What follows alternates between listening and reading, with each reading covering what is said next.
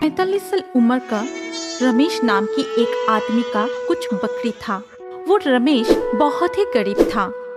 हर रोज रात होने पर जब गांव के सारे लोग सो जाते थे, तभी उस गांव के जंगल में से एक चुड़ैल निकलकर आती थी और वो हर रोज एक एक बकरी चोरी करके जंगल के अंदर जाके उस बकरी को मार कर खाती थी। वैसे ही हर रोज एक के बाद एक बकरी चोरी होने लगी। ऐसे ही एक दिन सुबह रमेश उठकर अपने घर के आंगन में आके देखते हैं, फिर से एक बकरी कम पड़ रही है। तब रमेश अपनी पत्नी मिनती को बुलाकर दिखाते हैं। देखो मिनती, आज फिर से मेरी एक बकरी गायब हो गया है।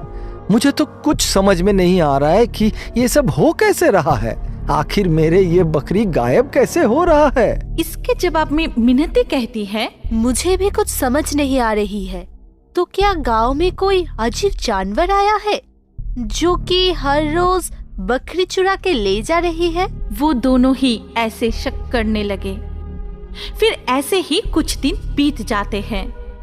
एक दिन गांव के बाजारों में एक औरत मटन बेच रही थी। उसी वक्त रमेश और उसका एक दोस्त बबलू सब्जी लेने के लिए बाजार जा रहा था।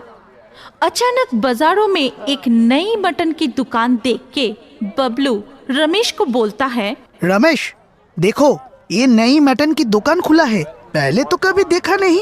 और वो औरत कौन है? इस औरत को तो गांव में पहले कभी नहीं देखा था। इस गांव में तो एक ही मटन का दुकान है और उस दुकान के मालिक तो तुमसे ही बकरी खरीद कर उसे काट कर बेचता है। फिर बबलू रमेश से पूछते हैं, ये औरत क्या तुमसे कभी बकरी खरीद कर ले गई? अरे नहीं तो, मैं तो इस औरत को जानता तक नहीं हूँ। तो फिर ये औरत कहाँ से बकरी खरीद कर ले आई? रमेश और बबलू इस बारे में बात करने लगे। फिर दोनों ने मिलकर उस दुकान के सामने जाकर उस औरत को पूछती है, जी आप कहाँ से ये बकरी खरीद कर यहाँ पे बेच रही है? हाँ, आपको तो इस गांव में पहले कभी नहीं देखा।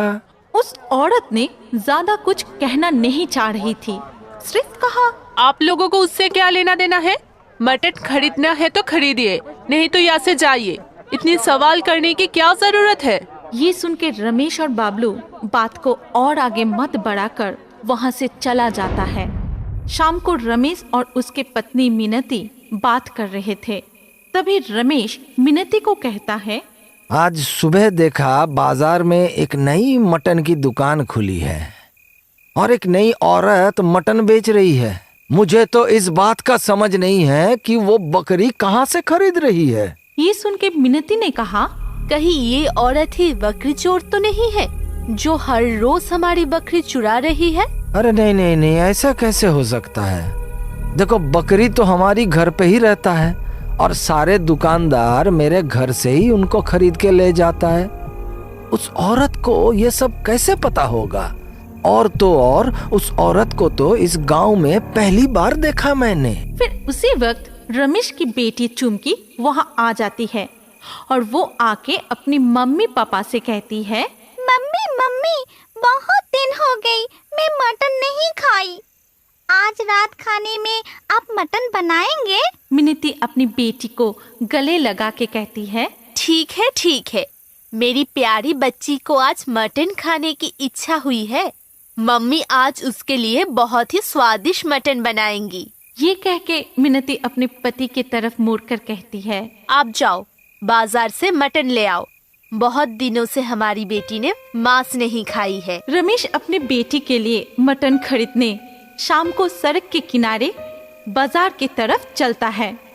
बाजार में जाके वो देखा, चारों तरफ सिर्फ अंधेरा ही अंधेरा। सब दुकान बंद हो चुका है, एक भी इंसान नहीं दिखते। फिर वो अपने मन ही मन कहता है, एक बार उस औरत की दुकान पे जाके देखता हूँ, अगर खुला है तो। ये कह के रमेश दुकान की तरफ जाते हैं। जाकर देखते हैं दुकान बंद है, लेकिन अंदर से एक छोटी सी रोशनी आ रही है। ये देख के रमेश अपने मन ही मन सोचते हैं, दुकान तो बंद है, लेकिन अगर अंदर में कुछ मटन पड़ा होगा तो मेरी बेटी आज खा सकती है। बहुत दिनों से वो बेचारी मटन नहीं खाई है और बहुत दिनों के बाद वो अपने पापा से कुछ मांगी है। आज तो उसे मटन खिलाना ही पड़ेगा। ये कह के वो दुकान के सामने जाता है और खिड़कियों से देखता है। वो औरत अचानक से चुड़ैल के रूप में आ जाती है और वो बकरियों को चील चील कर खा रही है। और वो चुड़ैल खाते खाते कहती है, अरे अरे, ये बकरी तो बहुत ही स्वादिष्ट है। चलो जाके एक और बकरी चुरा लेती हूँ।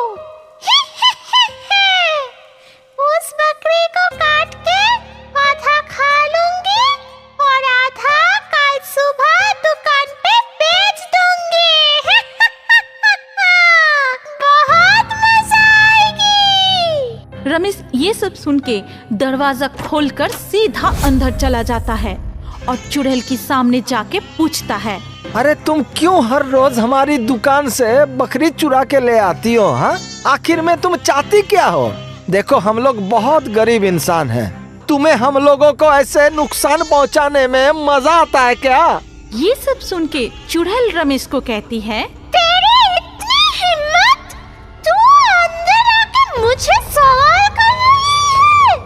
आज तो तुझे ही मार के खा जाऊंगी। ये सब सुन के रमेश बहुत ही डर जाता है और चुड़ैल से कहता है, मुझे माफ कर दो, मुझे छोड़ दो। लेकिन चुड़ैल कोई भी बात नहीं सुनती है। जब वो रमेश को पकड़ने जाती है तब वहाँ मिनती आ जाती है और कहती है, मुझे पहले से ही पता थी ऐसे ही कुछ होने वाली है। हमारी घर से बकरी चुराने के पीछे इस औरत का ही हाथ है। रमेश, तुम बिल्कुल चिंता मत करो, ये चुड़ैल हमारी कोई नुकसान नहीं कर पाएगी। ये कह के मिनती भगवान की पवित्र गंगा जल चुड़ैल की तरफ फेंक देती है, जिससे वो अपने साथ ले आई थी। इसके बाद वो चुड़ैल बहुत जोर से चिल्लाने लगी, बचाओ! बचाओ! चल गई! मेरे सब कुछ चल गई! फिर वो चुड़ैल जलकर राख हो गई और हमेशा हमेशा के लिए वहाँ से गायब हो गई। कुछ दिन बाद रमेश और मिनती बाजार में एक मटन की दुकान खोली थी और गांव के सब लोग उनकी दुकान से मटन खरीदने लगे। सब लोग मटन खा के बहुत ही खुश होते हैं। धीरे धीरे रमेश अच्छे कमाने लगता है। फिर वो एक अच्छे से घर भी बना लेता है और कुछ दिन बाद एक कार भी खरीद लेता है। उसके बाद से वो लोग खुशी खुशी रहने लगे।